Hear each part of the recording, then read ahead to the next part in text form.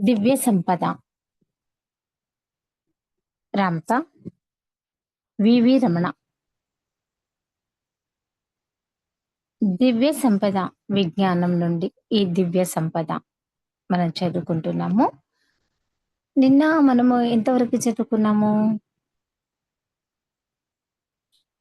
అసంతృప్తితో జీవిస్తూ ఇతరుల ఆశలకు అభిప్రాయాలకు అనుగుణంగా జీవిస్తున్నంత కాలము మీలోని దైవత్వాన్ని గుర్తించలేరు. మీరు దైవాలుగా జీవించలేరు అని అంతవరకే. అసంతృప్తి, నిరాశ, నిస్పృహలు, దుఃఖం అనే వాటిని బాహ్య శక్తులు మీ జీవితంలోనికి చొప్పిస్తున్నాయా? లేదా విధి, రాత, దైవలీల అనేవి మీ జీవితాన్ని శాసిస్తున్నాయా అనేవి కావు. ఎవరి విధి వ్రాతను వారే వ్రాసుకుంటున్నారు. దుఃఖాన్ని మీరే ఆహ్వానిస్తున్నారు. పరిమిత జ్ఞానం లేదా ఒక మతం లేదా ఒక ప్రాంతం పట్ల దురభిమానం, జీవితం పట్ల హీనమైన భారం, దురాశ, విధిరాత పట్ల ప్రగాఢమైన నమ్మకం లాంటివి మీ జీవితంలో దుఃఖాన్ని ప్రవేశింపజేస్తున్నాయి. దైవం అనేవాడు మీలోనే ఉండగా బాహ్య దైవం మీ విధిరాత ఎలా వ్రాస్తుంది?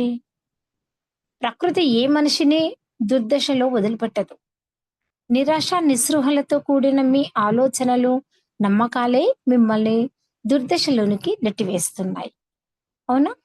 అపరిమితమైన మీ ఆత్మశక్తిని గుర్తించకపోవడం ద్వారా మిమ్మల్ని మీరు వంచుకుంటున్నారక్కడ. మీ భావాలను, ఎమోషన్స్‌ని, ఫీలింగ్స్‌ని అణుచుకుంటున్నప్పుడే మానసిక వైద్యులు దగ్గ మీరు మానసిక వైద్యుల దగ్గరకు వెళ్ళవలసిన అవసరం ఏర్పడుతుంది. మానసిక వైద్యులు మీ సమస్యలను పరిష్కరించలేరు. అంటే ఉన్న సమస్యలను మరింత తీవ్రంగా మలుస్తారు. మిమ్మల్ని పిచ్చివాళ్ళుగా మార్చేస్తారు. పాశ్చాత్య వైద్య వ్యవస్థలోని ఏ మానసిక వైద్యుడు మీ మానసిక సమస్యలను పరిష్కరించజాలడు. మీ ఆత్మశక్తి అనంతమైనది అని వారు మీకు చెప్పరు. ఏ డాక్టర్ అయినా సరే మీలో ఉన్న శక్తి మీకుందమ్మా, మీకు నయమైపోతుంది, మీరు బాగుంటారని చెప్తారు? లేదు. చెప్పేస్తే తొందరగా తగ్గిపోతుంది. వాళ్ళ దగ్గరికి మళ్ళీ మనం వెళ్ళం కదా! దట్ ఈస్ ఒక బిజినెస్ లాగా అయిపోయింది.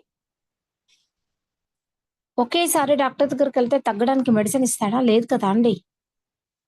వారం రోజుల తర్వాత మళ్ళీ కలవమ్మా, 2 రోజుల తర్వాత మళ్ళీ కలవమ్మా కదా! అది అన్నమాట.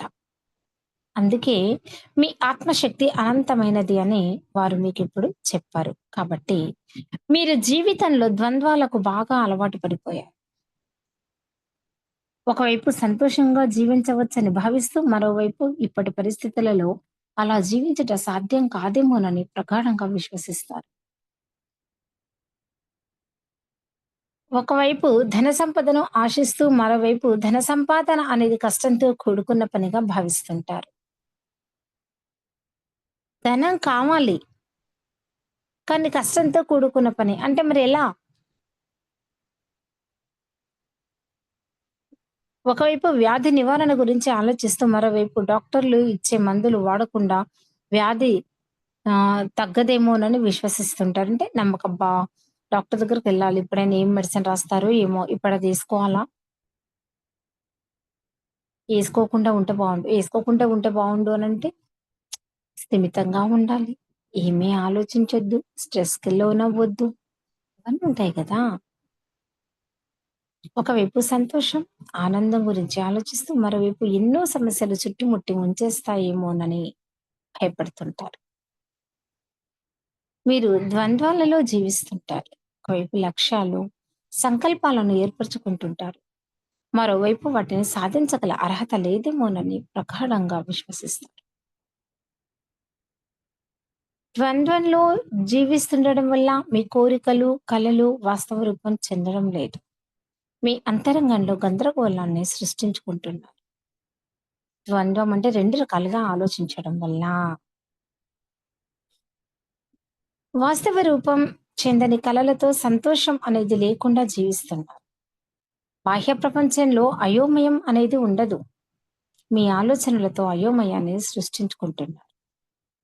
సంపద లేదా పేదరికం ఈ రెండింటిలో దేనిని ప్రగాఢంగా విశ్వసిస్తున్నారు? అదే మీ జీవితానుభవంగా మలచబడుతుంది. ఆనందం లేదా దుఃఖం ఈ రెండింటిలో దేనిని ఎంచుకుంటారు మీరు? మీరు ఆకాంక్షించకుండా, సంకల్పించకుండా, కోరుకోకుండా అంటే లక్ష్యం ఏర్పరచుకోకుండా ఈ విశ్వం మీకు ఏది సమకూర్చదు. అవునా? Ask and it is given. మీరడిగితేనే ఇవ్వబడుతుంది. మీరు సంకల్పించకుండా ఏది మీ ఒళ్ళోకి ఊడిపడదండి. ఇక్కడే కూర్చొని ఏం చేయకుండా ఇవ్వు నాకంటే ఎవరిస్తారండి? ఎవరు ఇవ్వరు కదా! అమ్మ కూడా ఇవ్వదు కదా! అడగందే అమ్మయినా అన్నం పెట్టదు అంటారు. ఎవరో వచ్చి మీ జీవితానికి అర్థం, పరమార్థం ఏర్పరుస్తారని, మీ జీవితాన్ని చక్కదిద్దుతారని, అంటే లక్ష్యాలు, సంకల్పాలు నిర్దేశిస్తారని మీరు ఎందుకు భావిస్తున్నారో తెలుసునా? వాస్తవ రూపం చెందని కలలతో, అసంతృప్తితో జీవిస్తున్నప్పుడు అలా జరుగుతూ ఉంటుంది. మీ ఆత్మశక్తి పైన విశ్వాసం లేనప్పుడు జరుగుతూ ఉంటుందలా. మీలోని దైవాన్ని గుర్తించనంత కాలం ఇలాగే జరుగుతూనే ఉంటుంది. మిమ్మల్ని మీరు ప్రేమించలేనప్పుడు జరుగుతూ ఉంటది. మిమ్మల్ని మీరెప్పుడు కించపరుచుకున్నట్టుగా తిట్టుకోవడాలు కాదు. కించపరుచుకోవద్దు. మిమ్మల్ని మీరు ప్రేమించండి. గౌరవించుకోండి. రెస్పెక్ట్ చేసుకోండి. ఎవరో వచ్చి మీకేదో చేస్తారని ఆశిస్తున్నంత కాలము మీ పరిస్థితి ఎలా ఉంటుందో తెలుసా?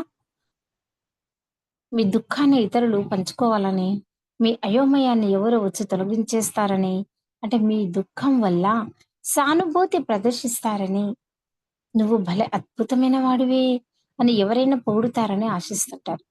ఇలా ఆశించడం ఎంత అంటే హేయంగా ఉంటుందో, హేళనగా ఉంటుందో ఒక్కసారి ఆలోచించండి. మీ ఆత్మశక్తిని ఎంత తక్కువగా అంచనా వేస్తున్నారు. ఒక్కసారి గమనించండి. సానుభూతి పొందడం కంటే చావడం మేలండి. ఎవరు ఏది చేస్తారేమో అని, వాళ్ళొచ్చి ఏదో ఇస్తారని. ఎందుకండి? ఒకరి మీద మనం డిపెండ్ అయి బతకడం లేదు కదా!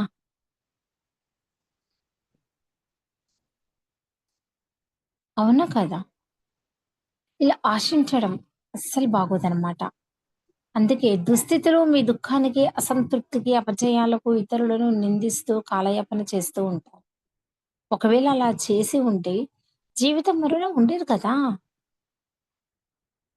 అని రోదిస్తుంటారు. ఆకాశంలో విహరిస్తూ దేవకన్యను వివాహం చేసుకున్నట్టు, చందమామను చేతిలోనికి తీసుకున్నట్లు, పెద్ద కొండలను పైకెత్తినట్లు కలలు గనమని నేను చెప్పడం లేదండి మిమ్మల్ని. నేను చెప్పేది వాస్తవ రూపం చెందని కలల గురించి. మీకు అపరిమితమైన ఆత్మశక్తి ఉంది అని తెలియజేయడం గురించి. చందమామను చేతిలోనికి తీసుకున్నట్లు కలగవచ్చు, కానీ అది భౌతిక జీవితానుభవంగా ప్రవేశించదు. భౌతిక నియమాలతో ఆనందాన్ని నిర్వచించలేరు. మీ నాగరిక సమాజం ఆనందాన్ని హరించేసింది. మానవ విలువలను గుర్తించడం లేదు. మీ నాగరిక సమాజం ఎన్నడూ లేనంతగా ఒత్తిడికి, మనోవికారాలకు లోనయ్యింది. అత్యాచారాలు, హత్యలు, అనాగరిక ప్రవృత్తులు చోటు చేసుకుంటున్నాయి. అశాంతి, అభద్రత, ఆందోళన, యుద్ధాలు వంటివి చోటు చేసుకుంటున్నాయి. అమాయకులను వంచించి హింసకు గురి చేస్తున్నారు. దానిని నవసమాజంగా అభివర్ణించుకుంటున్నారు. ఎంత సిగ్గుచేటు ఇది! మతాల రంగు పులుముకొని దేవుడి పట్ల భయభక్తులు ప్రదర్శిస్తున్నారు. బాహ్య ప్రపంచంలో దేవుళ్ళు ఉంటున్నారని పాపభీతితో భయపడుతూ జీవిస్తున్నారు. ఇది మనిషి జీవితం పట్ల స్వేచ్ఛ ఎంత మాత్రమూ కాదు కదా! ఆనందం అనేది హృదయపు లోతుల్లో నుండి పెల్లుబుకుతుంది. హృదయపు లోతులంటే మనసులో నుంచి వస్తుంది ఆనందం. స్వేచ్ఛ నుండి ఉదయిస్తుంది. మీ సంకల్పాలు, మీరనుకున్నటువంటి మీ లక్ష్యాలు, మీ కలల ద్వారా వాస్తవ రూపం చెందినప్పుడే ప్రకటితమవుతుంది. ఆనందం అనేది ఒకరిచ్చే భిక్ష కాదండి. మీ కలలను వాస్తవ రూపం చెందినప్పుడే ఆనందం ప్రకటితమవుతుంది. ఈ విధంగా మీరు lawyer, engineer, doctor, actor something ఏదో కావాలనుకున్నారు. అది మీరు సాధించిన రోజు చెప్పలేనంత ఆనందం ఉంటుంది మీకు. అవును. నిజంగా మీ మనసుతోని చేసుకుంటే ఆనందంగా ఉంటారు. ఒకటి 2 రోజులు చేసిపోయి ఇలా అనంటే ఒక నాటకం ఆడమంటే అలా ఉంటుందా? 2 రోజులు. అంతే. అందుకే వాస్తవ రూపం చెందినప్పుడు ప్రకటితమవుతుంది. ఏవైనా లక్ష్యాలైనా, కలలైనా. ఆనందం అనేది కూడా ఒకరిచ్చే భిక్ష కాదు. మీ కలల వాస్తవ రూపం చెందినప్పుడే ఆనందం ప్రకటితమవుతుంది. అందుకే అణగార్చబడిన కోరికలు, అసంతృప్తి తొలగిపోయి మనసు లోతుల్లో నుంచి అంటే హృదయం లోతుల్లో నుంచి వచ్చినటువంటి కోరికలు, సంకల్పాలు నెరవేరినప్పుడే ఆనందం ప్రకటితమయ్యేది. అంతర్ప్రయాణం చేసి మీ లోపలి దైవ సామ్రాజ్యాన్ని మరియు దేవుని సంపదను ఆస్వాదించినప్పుడే ఆనందం ప్రకటితమవుతుంది. జీవితంలో కురిసే అమృతధార మీ అంతర్ప్రపంచంలో పొందుపరచబడి ఉంది. మీ అంతర్ప్రపంచం అమేయమైన శక్తియుక్తులను కలిగి ఉంది.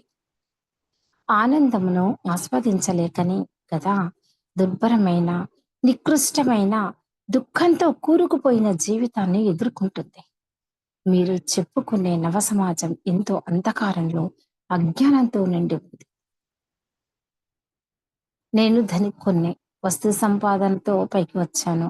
ఎంతో కీర్తి ప్రతిష్టలు గడించాను అని అనుకుంటావు. కానీ నీకు తెలియదు నువ్వు బట్టి దరిద్రుడు అని. ఎందుకు? దిక్కుమాలిన వాడివని, అవునా? దిగజారిన వాడివని, గ్రుడ్డివాడివని అని జీసస్ చెప్పాడు గదా! అంటే నీలోని దైవాన్ని అంటే బ్రహ్మ పదార్థాన్ని ఎరుగనంత కాలము నీవే దైవం అని గుర్తించనంత కాలము నీవు దరిద్రుడివే, దిక్కుమాలిన వాడివే, దిగంబరుడివే, గ్రుడ్డివాడివే. నీలోని దైవాన్ని గుర్తించు. అప్పుడే నీకు జీవిత పరమార్థం తెలుస్తుంది. దివ్యకాంతి చెప్పినటువంటి ఒక తంత్రం ఏంటి? మీరు మెదడుతో అంటే మనోశక్తితో జీవిస్తున్నారు కానీ ఇంద్రియాలతో కాదు.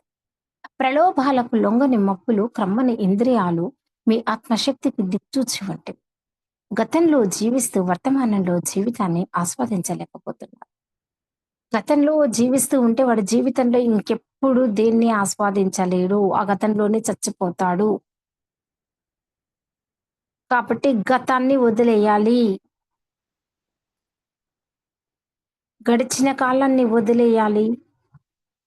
గడిచేదాన్ని ఎదుర్కోవాలి. మరి భవిష్యత్తులో ఏమవుతుందో దానికి సిద్ధంగా ఉండాలి. అందుకే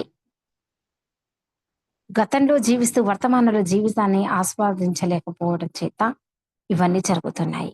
బాహ్యంగా మీ చర్మ చక్షువులకు కనిపించేంత ఒట్టి మిథ్య అంతా నాటకం. మీ అంతర్నేత్రానికి కనిపించేది మాత్రమే యథార్థమైనటువంటి జీవితం. అవునా? రేపటి రోజు మనము బుద్ధుడిగా, క్రైస్తుగా జీవించడమే అసలైన జీవితం. వాస్తవం అంటే ఏమిటి అనేది రేపటిలో మనము తెలుసుకుందాం. ఓకే. నమస్కారం.